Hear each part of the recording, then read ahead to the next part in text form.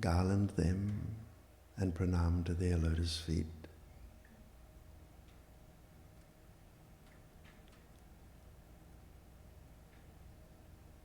And feeling their presence, as I sing the Vandana, let us make an offering of our entire being in the service of their happiness.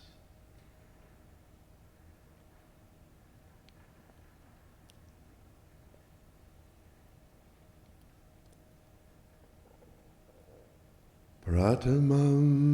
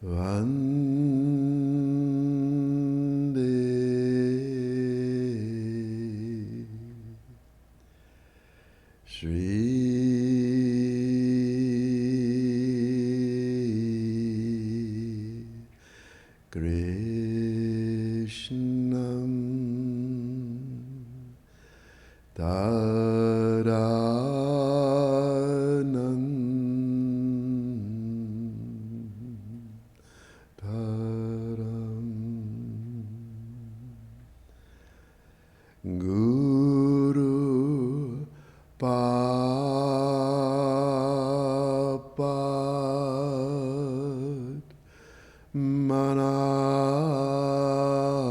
Manam Trata Sri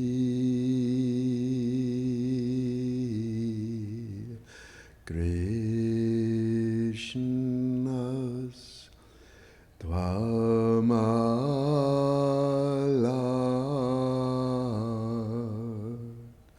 Manam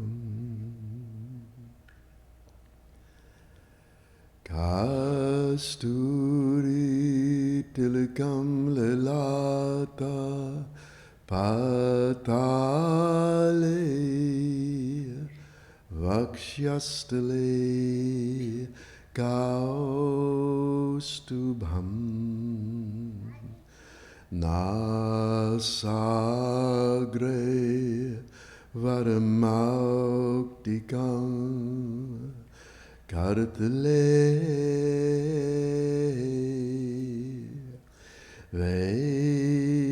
Venu Kare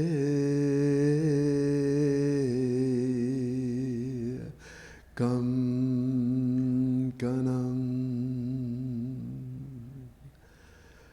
Nama Kamalana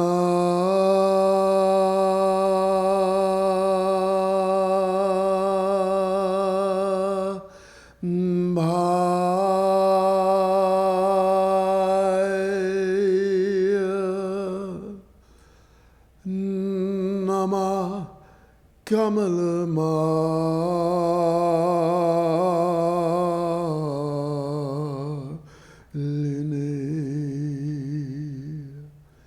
Nama Kamalapa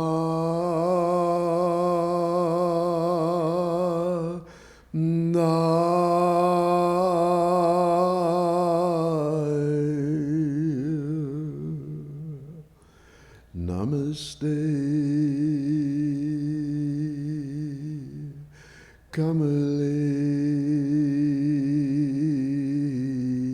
Kamalekshana Yo Brahmanam Vididhati Puram Yo Vaivedanscha Prahinoti Tasmai Tagwam Devamatma Buddhi Prakasham Mumikshurvai Sharanamaham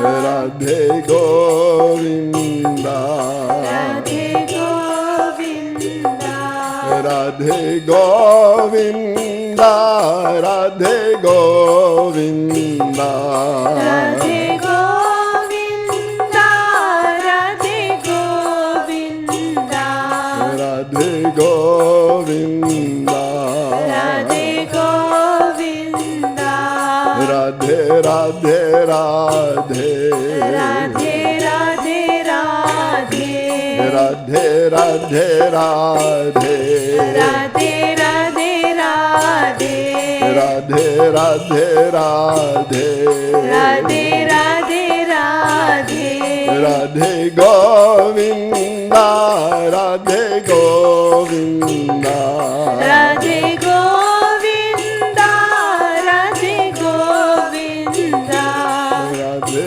Govinda, Radhe Govinda, Radhe Govinda, Radhe Govinda, Radhe Radhe Radhe, Radhe Radhe Radhe, Radhe Radhe Radhe, Radhe Radhe Radhe, Radhe Radhe Govinda, Radhe Radhe Govinda, Radhe Radhe Govinda, Radhe Radhe Govinda, Radhe Radhe Govinda, Radhe Radhe Govinda, Radhe Radhe Govinda, Radhe Radhe Govinda. Ladli Lal Ki Jai. Jai.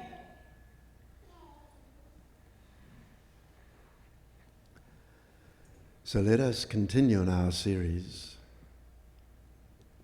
about Seva, which actually is the path of bhakti, the way of devotion, of surrender and grace.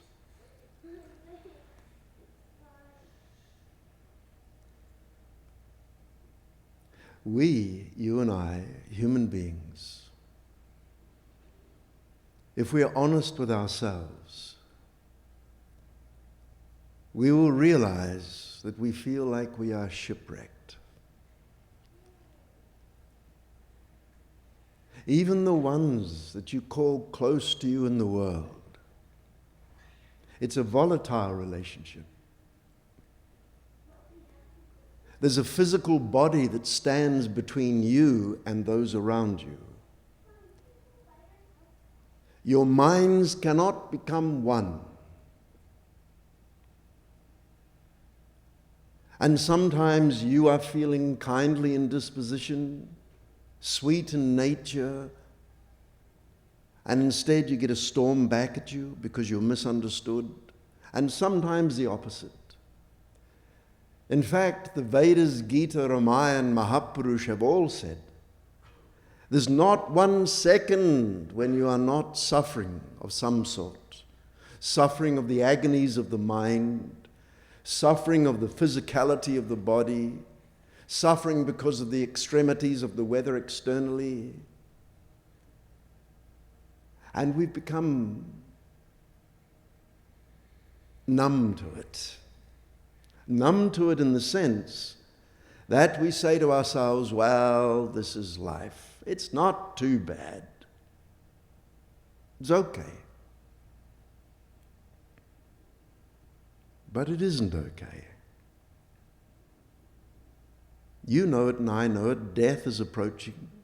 The great unknown. And yet, if we care to look and probe, the unknown can become known, because as you think, so you become. That was Lord Buddha. As you sow, you'll reap, Jesus Christ. Chetah kalvasya bandhaye muktaye chatmanomatam. Lord Krishna in the Gita. Your mind It can liberate you, muktaye. And your same mind, bandhaye, it can tie you up. So, to say there's the great unknown is a furphy, in the sense that a lot of information has been written about the mind, of the qualities of the mind, of sattvic, the qualities of harmony and piety, of rajas, the qualities of passion, of tamas, the qualities of darkness and profound selfishness. And the mixture of these three qualities, the gunas, and how they play with your mind like a toy on the end of a string. As you have thought, so you are. As you are thinking, so you will be. And death will not stop this. And so if you misuse your mind, then you will suffer badly, lose the privilege of the human body, and migrate into other life forms, or sink into the lowest echelon of human existence and have to lie, steal, cheat, murder, just to survive, which again creates a forward movement of karma. And if you reach sattva, the pious aspect of the mind, still there is a subtle pride. I am the doer. Sri Krishna says, Nakara twitvam nakara mani lokasya srijatip prabhu. Oh, if you say you are the doer, then I can't do anything. My laws of karma will take care of you. As you think, you'll become demonic, pious, passionate. And so the wheel of samsara, it didn't just start in 1916. No, the wheel of birth and death has always been. And so we see some people born into wealth right from birth, some born into poverty, some born into health, some born into sickness, some born to good, kind parents, some born to cruel parents. Right from the get-go. And then we see some born healthy and then they become unhealthy, some born gentle and kind and then they become aggressive and violent, and vice versa. And we look at this chaotic world. And the uninitiated, meaning the ajnaniwalas, the ones who do not understand about the power of the mind, they think the world is chaotic. Everything's happening by good luck and bad luck, by chance. And that is not so. Nothing happens by chance. If you put a piece of timber out there in the sunlight, if it's a big, solid piece of timber, depending on where the sun is the sky, so will be the shadow. As the sun climbs, the shadow changes and goes to the other side. You take the piece of timber out and you put a toothpick there, a little toothpick for your teeth, put that in its place, and the shadow reduces. Oh, this life is an exact science. Exact.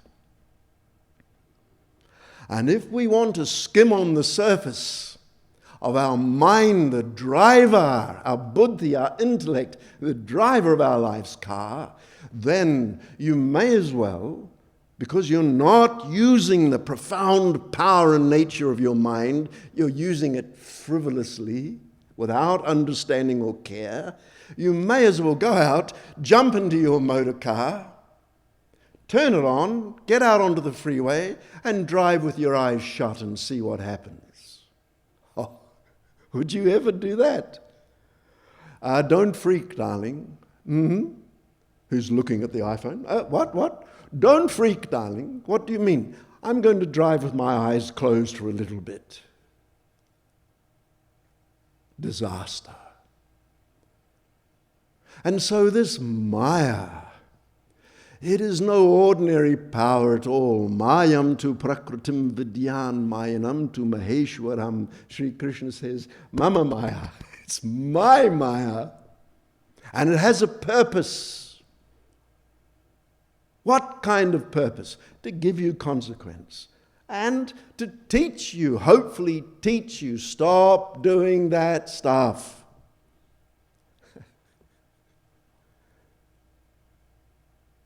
So, the Mahapurush is one teacher, Maya is the other teacher.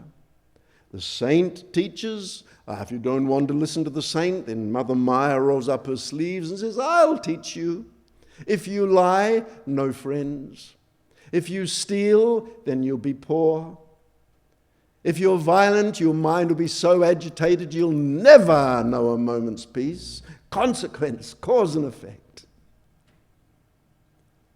So if you listen to the Mahapurush, you say, okay, I'm beaten up. I'm bruised black and blue. Okay, Guruji, tell me. And the Guru says, 3 great illusions. 1, you take that to be permanent, which is impermanent. You live here like you'll always be in this body. You won't. The body will finish. You spend all your resources and all your life to get that house. As if you're going to own it. You're going to die. The house eventually is going to crumble to dust or get burnt by fire or a cyclone or a hurricane or the bank might even take it back off you. I'm going to marry my beautiful wife or husband and they will care for me. And they die before you do. Or they pack up their bags and say, you're a drunkard, I'm leaving you. My darling little children, and yes, aren't they cute at 5 years, 6 years, 7 years, beautiful. And then they become self-governing. Bring Daddy a cup of tea. God, I'm out the door, Dad, get it yourself. There are moments of sunshine, happy birthday, and everybody gathers around, you blow out the candle, and happy birthday to you, you. Me. But your life finishes eventually. So taking that to be permanent, which is impermanent, and then the second one, thinking yourself to be the body when you are the Atma. What's the difference? Well, this body it's like this. It's got no life, none. But look, if I pinch my finger, I can feel it. My body's alive. Only by the presence of the Atma, the Chit Shakti of the Atma, the conscious giving power, that is the Atma, enables you to see, hear, smell, taste, touch, feel. And when the Atma leaves, the body is water, dirt, air. 5 elements, nothing else.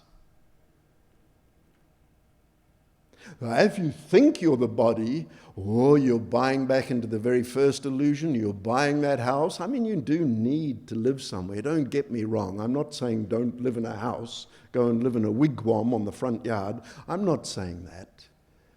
It's the attitude is the problem. And the Atma, if you think yourself to be the Atma, infinity opens up. Infinity. Because the soul is Sat, it's an eternal power. Before the birth of this body, it existed. At the death of this body, it will continue. That's wisdom. That's using your mind. When the Guru Mahapurush talks about the Atma, and you go, huh? And the third great illusion, looking for happiness where it is not. And we look for happiness where it isn't because we think we're the body and we think it's all permanent. So we look externally for things and places and recognition and fame and wealth. All impermanent. All to do with the body. But the third name of the soul, Anand. The soul is blissful. But it is so small, it is anu anand. If you took a slice of your hair, divided it 1,000,000 times, and then found a 1,000,000th slice of a single strand of your hair, and then divided that another 1,000,000 times, if you could find a millionth slice of a single strand of your hair, the soul is more subtle. That's how small the Ananda Shakti, the blissful power, is. But Anshonana Vyapadeshat, the soul is a part of Anshi, the whole. It's a part of Vibhu Anand, Vibhu Chit, Vibhu Sat, unlimited existence, unlimited consciousness, unlimited love. The soul is a part of it. And the nature of the divine, the supreme power, is Anand. Rasovai Saha Ananda Kanda. The supreme power that uplifts life itself, that compels us to participate in anything, is the power of love. And you say, okay, wonderful. How does that help me in my daily life? Easy answer.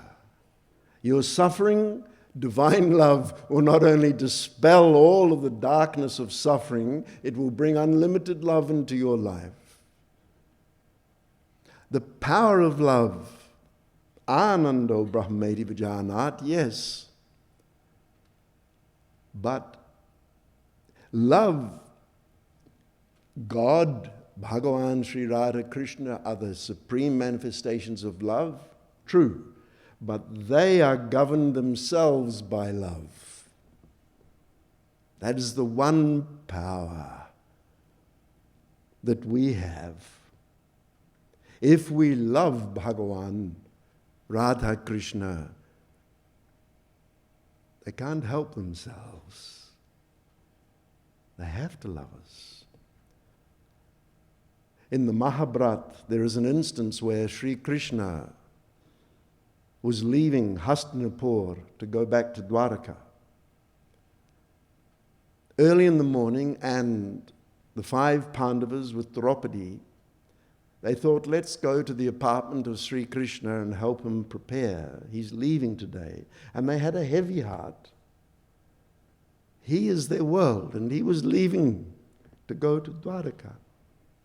So they thought, well, let us go and do the Seva and spend as much time with him as we can. And they entered into his apartment, and they found Sri Krishna sitting cross-legged with his hands gently resting on his knees in contemplation, meditation. They were surprised. And Sri Krishna, knowing that they had arrived, smoothly stood up to face them. And Yudhishthira said, my Lord, you are the supreme power. You uphold everything. Everything flows into you. All forms, all your divine forms are of you. Shankar, Vishnu, and so on. Whom are you meditating on? Could there be anyone higher than you? Is this possible? Sri Krishna said, there is a greater power than me.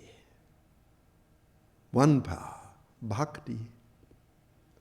And I am meditating on my devotees. That's what I was doing. I'm meditating on the gopis and the gopas. I'm meditating on you. I'm meditating on all the jeev that love me. I meditate on them. And so, as I said last night, the verse, Ye yata mam prapadyante tanstadhaiva bhajamyam, Sri Krishna says, if you think of me, I have to think of you. And if you love me, I have to love you. If you can't live without me, I can't live without you. Is a divine connection. Just think. That's it. Oh, my Krishna is with me. And he is. But there's a problem. Sri Krishna will flood your heart with divine love, give you the divine form, divine Vrindavan, your vibe, Huma Tat Sukham, a love that is infinite, because the soul is infinite. Sri Krishna is Anshi, the infinite expression of unlimited, ever new love. You will be flooded by it. But there's a problem. What problem? We don't have the receptacle, the heart to receive it. If you try and put a 1,000-watt current through a 40-watt light bulb, the light bulb will shatter. It can't take such a high voltage. So the heart has to be purified. How? If there is an infinite ocean and you go to the ocean with a little tiny pot and you take water out of the ocean, you can only carry with you as much water as the size of your pot. But it's an infinite ocean, but you can only carry a little bit.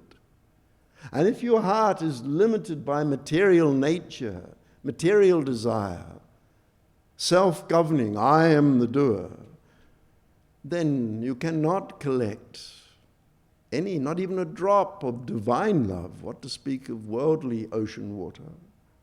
So the heart has to be purified.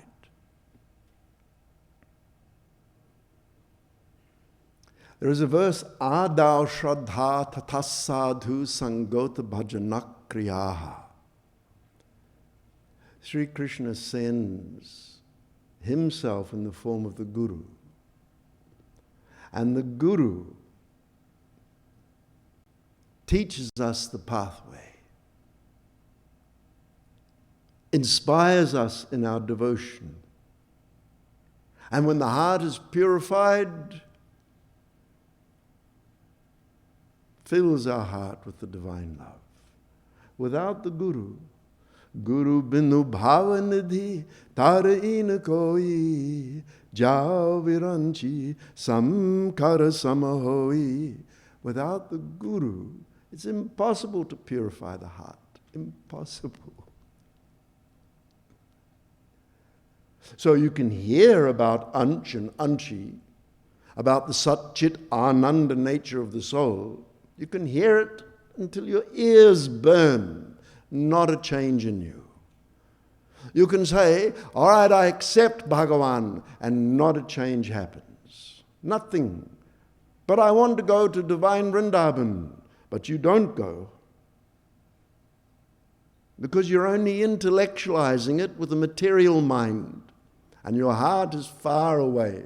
So purification of the heart needs the Guru. Acharyavan Purushohi Veda Shrotriyam Brahmanishtam. The one who has experienced the divine, who has complete knowledge of the divine. And here, warming to our theme of Seva, the verse, Tadvidhip pranipatena pariprashnena sevaya. You have to go to the Guru. Without the Guru, you can't purify the heart. Impossible. So you have to go to the Guru. How? With humility. I spoke of this yesterday. Humility. When you get a private time, meditate on how humble you think yourself to be. There's much more to be done. And then going with a desire, a spirit of inquiry, teach me who want to learn. That's the second qualification. And the third, sevaya. Sevaya, to give of yourself. This is the requirement. What kind of seva? The highest class of seva, manasi seva, mental seva. Mental seva, smaranam. Radhe, Radhe. Oh, here is my divine beloved Radha, Krishna, my Guru. They are with me when I walk through the mall, when I walk on the beach, when I'm at the office, when I'm teaching children. My divine beloved is with me. Everything I do is for them, to make them happy. Radhe, Radhe. Ah, that is the highest class of seva. And it's the goal. And this seva, just by going on gunatit, you see, there is the three gunas of which we are bound by in Maya. There's gunatit, mayatit, which is the Mahapurush. There's mayadhish, the divine beloveds that govern Maya, mayadhim, those within Maya, and mayatit, those who are free of Maya, which is the saint, the Guru. And so, Radhe, Radhe, the highest seva, mental seva, to remember them. And when you put your mind on there, their light shines on you, because Sri Krishna has said, if you think of me, I have to think of you. And he is the pure essence of purity and love. By putting your mind there, it's like a light is shining on you. The light of devotion and love.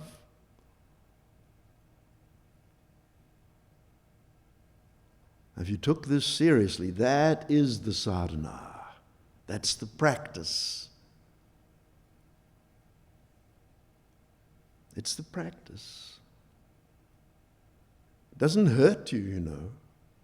You're just associating your mind just with the infinite power of God in the form of divine love of the highest class, Gopi Bhav. And the second class of seva, physical seva. Karam Yoga, physical. Helping with the aim of pleasing. Let me do work around Yugal Kunj, around the ashram. Let me assist the pracharik. Said, hey Sri Devi, wow, how lucky are you? She lives here. This is her home. And look at her home companions. Look who she lives with. And if you do seva here, physical seva, you are coming close. But then you should also try and feel, look, I don't do very well at Rup Dhyan, of Radhe, Radhe, and remembering the divine presence. I don't do very well at it, so along with that I'll do physical seva, and then I'll say, why am I doing all these dishes again, PB? You say, it's physical seva. Oh, why am I doing physical seva again, PB? Well, it's reminding you where you are and what the aim of your life is, and you're helping others to come to benefit from the spiritual devotional education that's here. Oh, you're connecting yourself with Hari Guru. Oh, right. But there's a limited amount of physical seva. So now the third quality comes, and this is the easiest, even though people get upset. Financial seva. Financial seva. Well, you see, if you can't do physical seva here, if you're struggling to do mental seva, what's the greatest thing you're attached to? Your money. So when you donate to the Mahapurush, you are giving to the Gunatit personality, which brings you the benefit of giving to the divine, who then uses it according to the houses, the schools and the hospitals and the mandirs, etc. This is what our Maharaji does, giving charity all the time with your energy, your financial seva. And every now and again, because we are so attached to our money, we say, Swamiji, why do we have to do this again?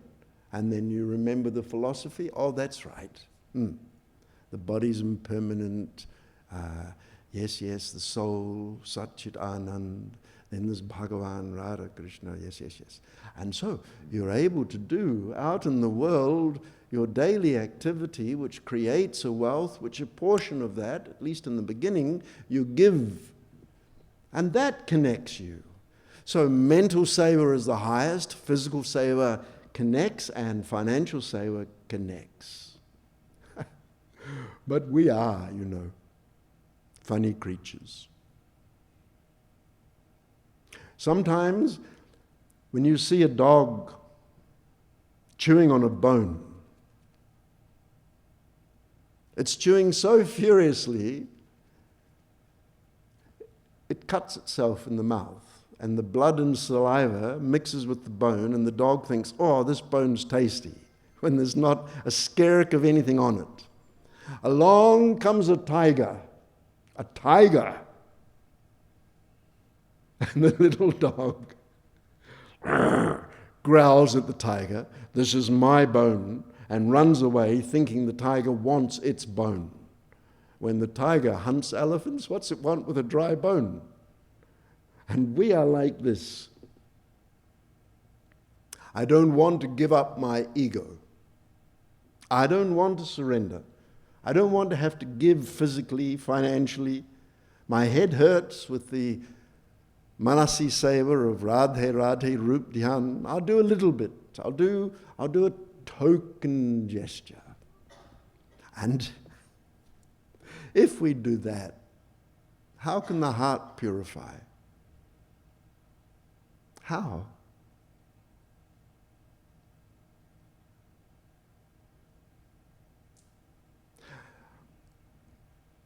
You will have seen it when you're in India. Beggars take the name Ram, Radhe. They try and work out quickly, if you are a devotee, which aspect. Jai Hanumanji. Do they swoon in ecstasy? No, not at all. Do they have a devotional feeling? Not at all. Are they saying the name of God, of Bhagavan, throughout the day? Yes, they are. Have they become purified of heart and mind? No, they haven't. But in our history, there have been such great Mahapurush. They say Ra, and they go into a state of bhav, ecstasy. Can't finish the day. Sri Maharaji, if you've spent time with him, you will see how his devotion overflows just on the remembrance, because Radha and her name are one and the same. So just doing things in a ritualistic way can't work. I wish it could. I know Maharaji, if he could just say, let everybody be divine saints now, he would. I haven't met another person that comes anywhere near Maharaji. Every minute of his day is organized to serve, to do the seva of you and I. Once, Amaji, Maharaji's partner, his wife, in Missouri, in the foothills of the Himalayas, I was there. She didn't say much. Well, she talks, but not philosophically. And this time she said, I see everything, I hear everything, and I know everything. I see everything, I hear everything, and I know everything. Amaji is saying this. And then she said, you, pointing to all of us, you think that you are doing the Seva of Sri Maharaji, don't you? But he is doing your Seva. How? He's come down into the dirt of Maya. He's brought a spade and he's digging you out of Maya. And he's using his strength to make us do sadhana, to make us do Seva, to make us think of Hari Guru, with the hope that one day it becomes our habit, our adat, our habit. And one day we are walking along and we can't help ourselves. We just start thinking Radhe, Radhe, and not just the letters and the sound Radhe, but oh, there is my Radha. I can't separate Radha from her name. They are one and the same. And when you start genuinely thinking on them, your heart softens. The heat of love starts to build. Tears build in the eyes. Such grace. So from the beggars taking the name to the Mahapurush taking the name, such a difference. One is totally in Maya, feels nothing. The Mahapurush is swooning in the love of Radha Krishna by saying that name. And the sadhaks, those shishya, the students of Sri Maharaji, are learning this pathway, and through practice, through Seva, slowly we start to feel the charm. There is a shloka that says,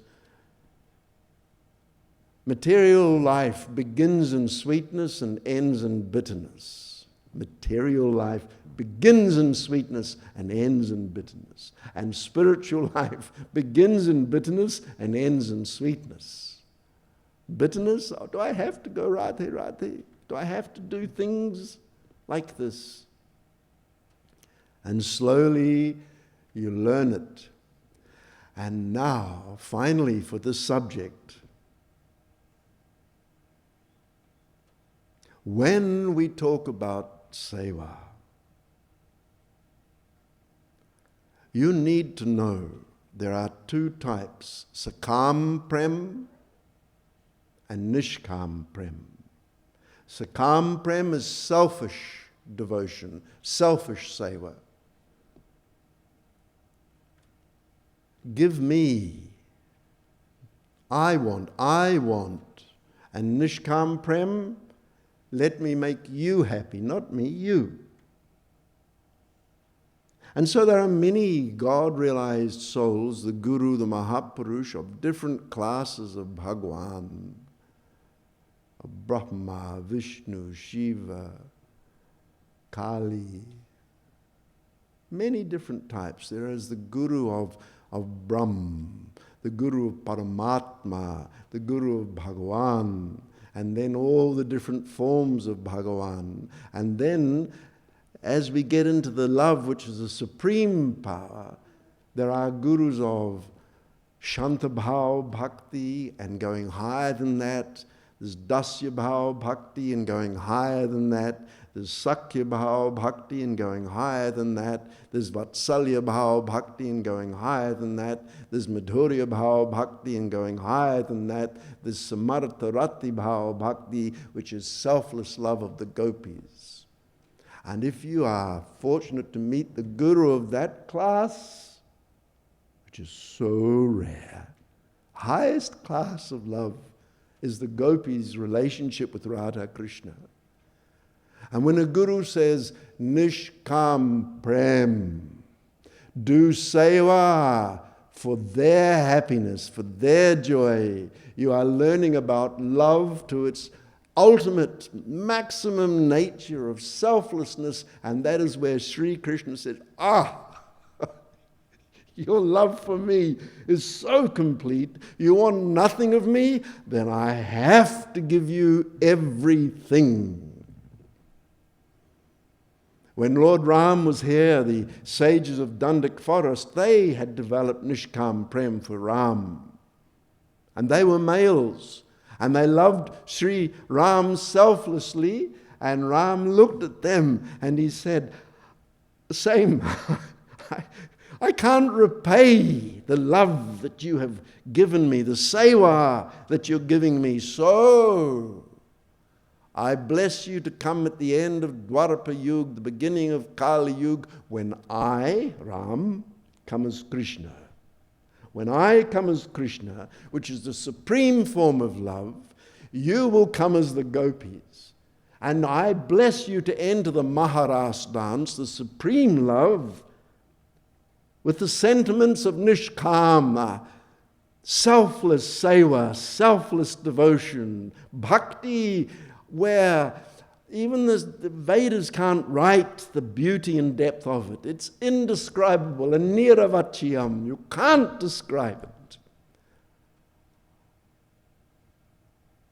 And so from the get-go, Sri Maharaj is saying, when you do seva, do it as Madhurya Samaratarati, beloved to beloved, selfless love for Radha, Krishna and Guru. Have that your aim right now. You may not be of that class. In fact, you are not of that class. But if that's your goal and you have a guru of that caliber, you will arrive there. You will reach there. It's promised. Maharaji has promised. Radha Krishna have promised.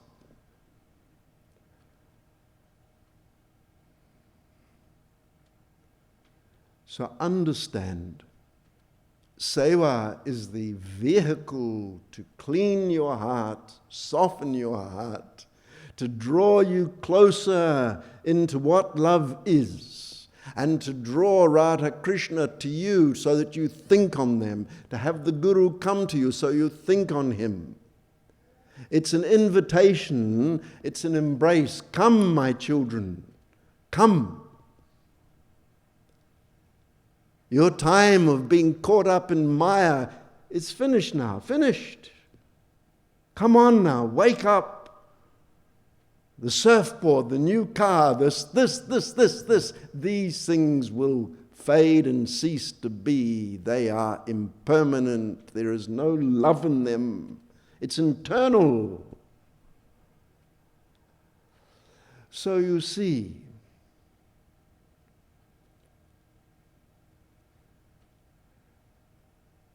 the opportunity that's before you is unparalleled. History has never described anything greater, and nor will it ever in the future when it becomes history again.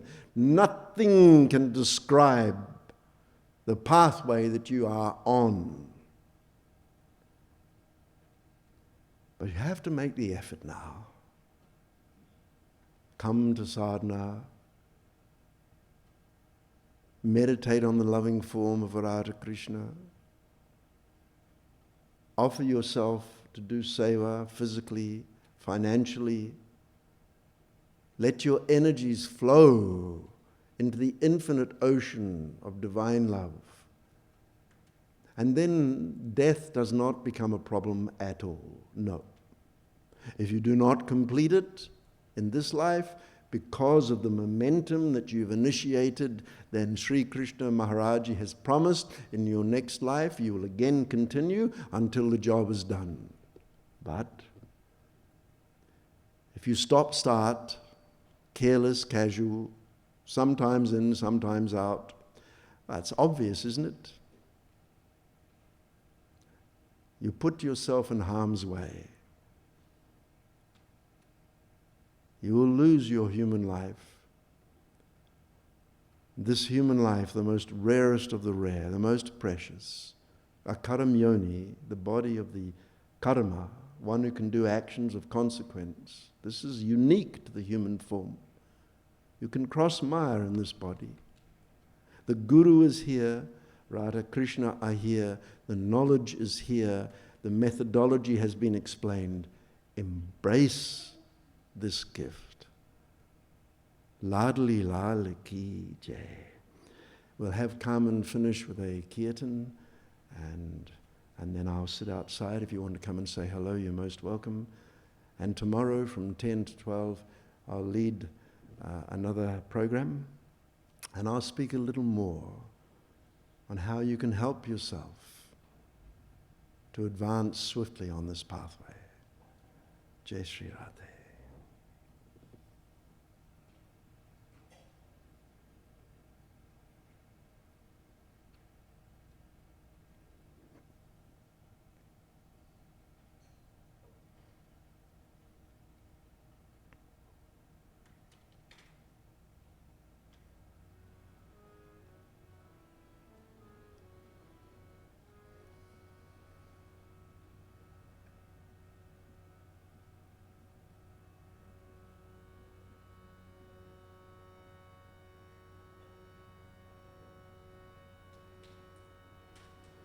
Madhav, microphones please.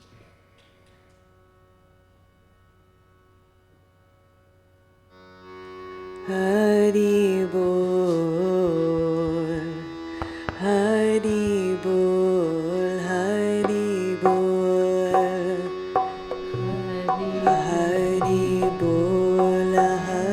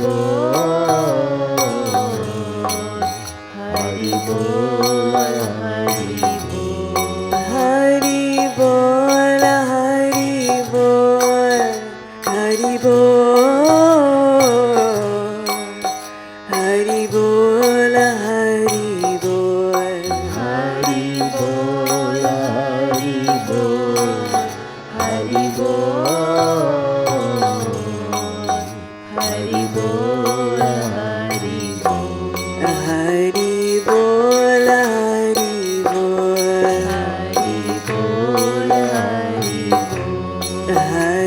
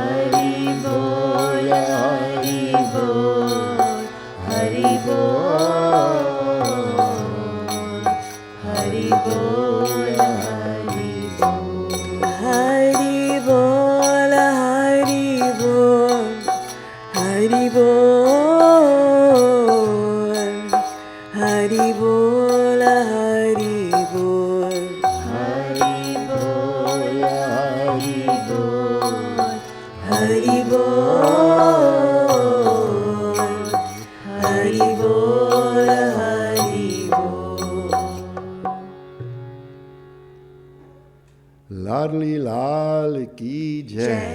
Srimat Sadguru Sakar ki jai. Jai. Pyari Pyari Amma ki jai. Jai. Shri Bhakti Dham ki jai. Jai. Shri Yugala Kunj ki jai. Jai Jai Shri Radhe. Jai Jai Shri Radhe. Jai Jai Shri Radhe.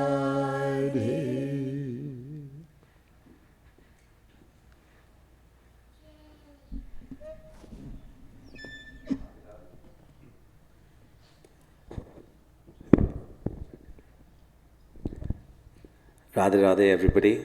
Swamiji, thank you for those words. Swamiji will be available outside for anyone who has any questions. And also, he'll be leading the satsang tomorrow from 10 to 12. We'll be serving prasad after this in the dining hall. Thank you. Radhe Radhe.